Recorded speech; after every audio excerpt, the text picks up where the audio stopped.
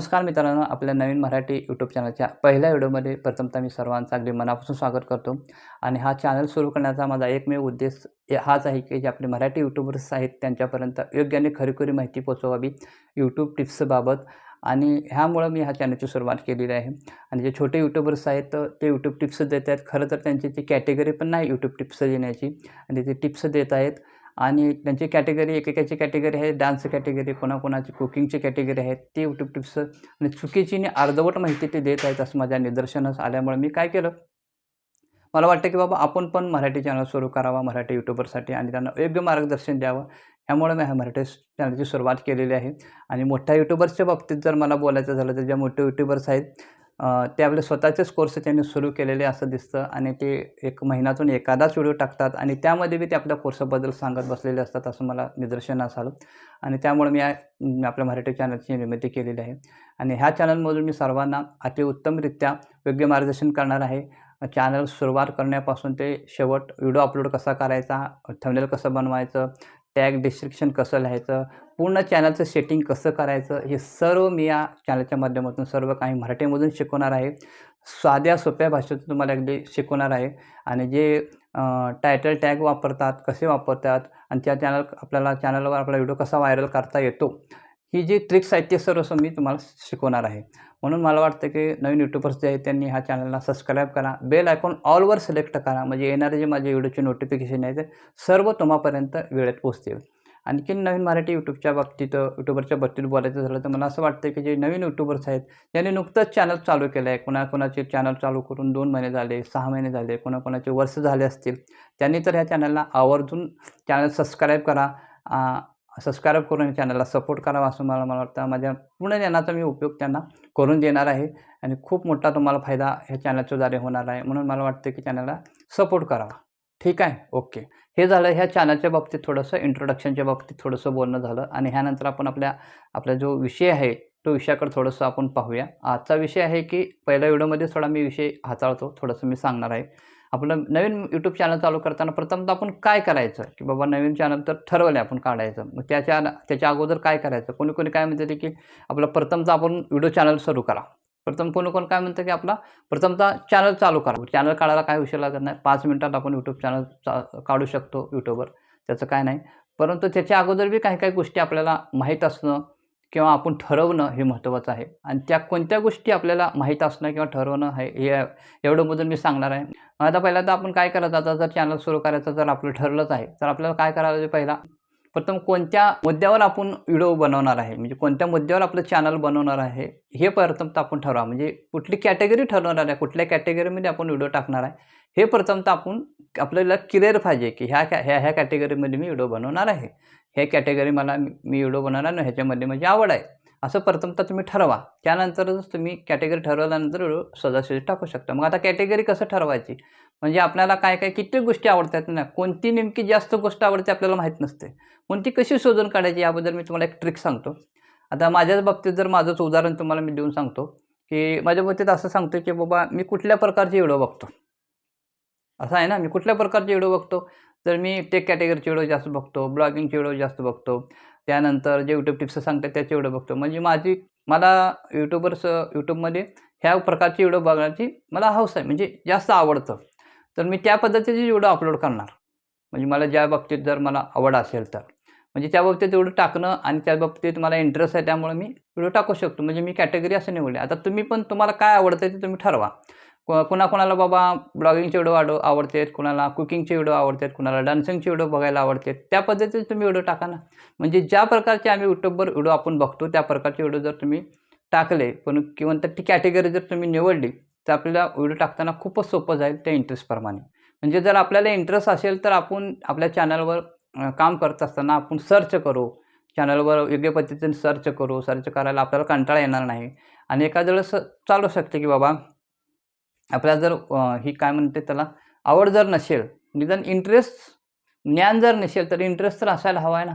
त्या चॅनलमध्ये मला ज्ञान नव्हतं, मग कुठले मोबाईल कसं, पण मी ज्ञान गोळा केलं म्हणजे आपल्या ह्याच्यावर नेटवर, आणि ते ज्ञान तुम्हाला मी सांगत आहे सध्या. ते ज्ञान गोळा करायला सुद्धा आपल्याला आवड पाहिजे त्याच्यामध्ये. म्हणून मला वाटतं की ज्या गोष्टीमध्ये आपल्याला इंटरेस्ट आहे, आवड आहे, ती कॅटेगरी आपण निवडावी असं मला वाटतं. कोणाचं दुसऱ्याचं बघून वगैरे तुम्ही कॅटेगरी निवडू नका, असं मला वाटतं. कोण-कोण सांगते की बाबा फायनान्सच्या कॅटेगरीमध्ये खूप पैसा आहे, त्याच्यामध्ये तुम्ही कॅटेगरी निवडा, त्यामध्ये तुम्ही खूप लवकर भरपूर पैसे कमवू शकता.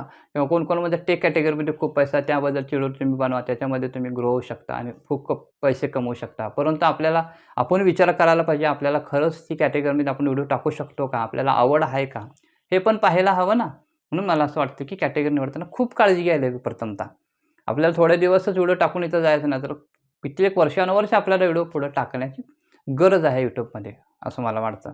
हे झालं कॅटेगरीबद्दल. ही तर फिक्स झालं, आपलं कॅटेगरी फिक्स झाली. आता ही कॅटेगरी घेतली, ही तर फिक्स झालं. आता आपण मोबाईल कुठला निवडायचा? कुठला मोबाईल घ्यायचा? माझं तर असं मत आहे की आपल्याजवळ जो मोबाईल आहे, आपल्या घरामध्ये जो मोबाईल आहे, तो घ्या आणि त्याच्यावर आपण व्हिडिओ काढायला सुरुवात करा, असं मला म्हणायचं आहे. तुमच्या तुमच्या जवळ जो मोबाईल आहे, त्याचा कमीत कमी कॅमेरा 8 मेगापिक्सल असायला हवा आणि जर 8 मेगापिक्सल असेल, तर खूप छान व्हिडिओ क्वालिटी येते त्याच्यामध्ये तुम्ही. आणि फक्त एवढंच करायचं की जिथं आपल्या घरामध्ये उजेड आहे, जिथं दरवाजा आहे, जिथं खिडकी आहे, त्यासमोर असा मोबाईल असा ठेवायचा आणि त्याच्यामध्ये आपण समोर बसून व्हिडिओ असा काढायचा. आता मी जसं काढत आहे तसं.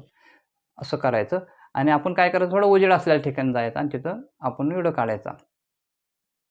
असं मला वाटतं आणि कुठं नवीन मोबाईल घेण्याच्या भानगडीत तुम्ही पडू नका, असं मला प्रथमतः वाटतं.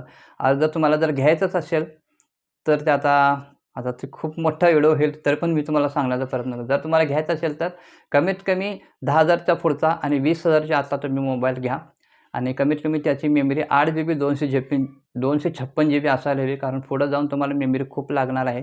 खूप काही तुमच्या व्हिडिओमध्ये तुम्हाला डाउनलोड करायला लागणार आहे, असं मला वाटतं. म्हणजे मला खात्री आहे की खूप म्हणजे YT स्टुडिओ त्याच्यात डाउनलोड करावं लागेल. कित्येक क्लिप तुम्हाला डाउनलोड करता येईल, कित्येक फोटो तुम्हाला डाउनलोड करावे लागतील. खूप मोठी मेमरी तुम्हाला असेल. म्हणून तुम्हाला जर नवीन मोबाईल घ्यायचाच असेल, ह्याच्या भानगडीत पडू नका असं म्हणतो मी पहिल्या स्टार्ट. पण जर तुम्हाला घ्यायचं असेल, तर ह्या पद्धतीचा तुम्ही मोबाईल घ्यावा. कमीत कमी पुढचा कॅमेरा 16 मेगापिक्सलचा तर असावा, असं घ्या. आणखी ह्याच्यापुढे मी असं सांगू इच्छितो, की जर तुम्हाला मोबाईल घ्यायचा असेल तर Realme कंपनीचा घ्या. मी काही इथं प्रमोशन करत नाही. प्रथमच सांगतो तुम्हाला, मी इथं प्रमोशन करत नाही. फक्त माझा अनुभव सांगतो.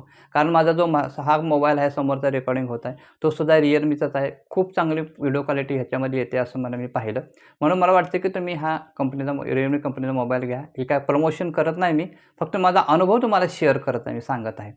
म्हणून म्हणतो, की 18,000, 20,000, 10,000चा पुढचा 10,000च्या पुढचा आणि 20,000च्या आतला मोबाईल आता खूप चांगले कॅमेरे येत आहेत. काही काळजी नका. खूप चांगला महागडा मोबाईल घेण्याच्या भानगडीत तुम्ही पडू नका. हे झालं मोबाईल. आता मोबाईल तर झाला.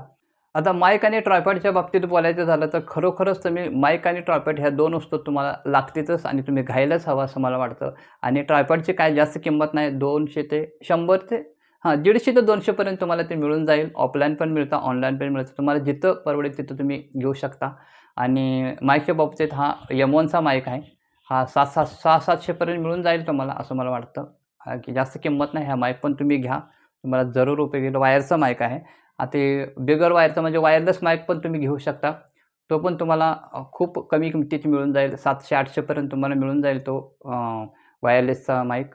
तेवढा जर घेतला तर तुम्हाला खूपच मदत होईल त्या माईकची. कारण आता YouTube बघणारे खूप सुधारलेले लोक आहेत. खूप म्हणजे त्यांना अजिबात डिस्टॉर्शन चालत नाही व्हिडिओमध्ये, असं मला वाटतं. शांत आणि चांगला व्हिडिओ जर आपल्याला व्हायचा असेल, कारण कित्येक लोकं काय करतात, इयरफोनमध्ये आपले व्हिडिओ पाहण्याचे कित्येक लोकांना सवय आहे, असं मला वाटतं. आणि इयरफोनमध्ये जरा जरी आपल्या माईकमध्ये जर डिस्टॉर्शन आलं किंवा आलं, तर ते माईकमध्ये आपल्या कानातल्या इयरफोनमध्ये लगेच ऐकू जातं.